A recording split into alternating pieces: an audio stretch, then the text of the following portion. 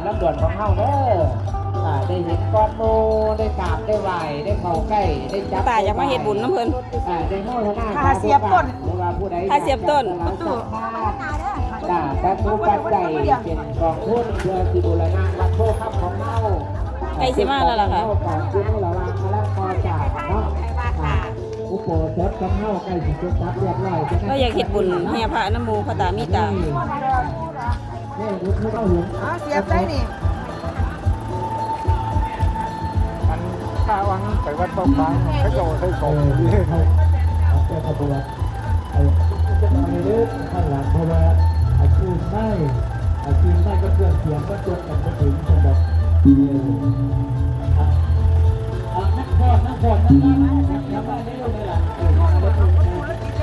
เครื่องเสียงก็ไม่ก็ดุใจมันตกติดไปถึงสนอก มานี่มาลูกสิจูงมาเอาใกล้ที่ฮอดจุดก่อนลำ ให้เราเสียบแน่ให้เราเสียบแน่ให้เราเสียบต้นน้ำแน่ ก็ถวายล่ำถวายเพื่อได้ของดีของงาม เอาตา ของเป็นผลิตเป็นมงคลมาก ถวายเอาทองมาติดรูป เพื่ เพิ่ อน นก่อนรับหลวงพ่อเฮาเนาะเอาที่ไหนได้เลยที่ละพ่อนะแม่ลูกผู้หญิงผู้สวยงา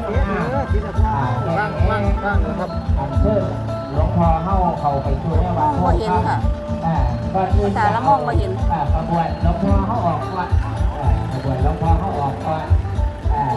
ให้ใช้กับนี่เป็นผู้พักน้ำนา เอาได้เสียบแล้ววันนี้ดีใจบ่ได้เสียบแล้ว ได้ออกนาเนาะ ดีใจแล้วบอกได้เสียบแล้วว่าสั่นดีใจอยู่บอกได้เสียบบุญแล้ว ดีใจอยู่ว่าเท่าหรอก ได้ออกนาเงินเนาะให้ออก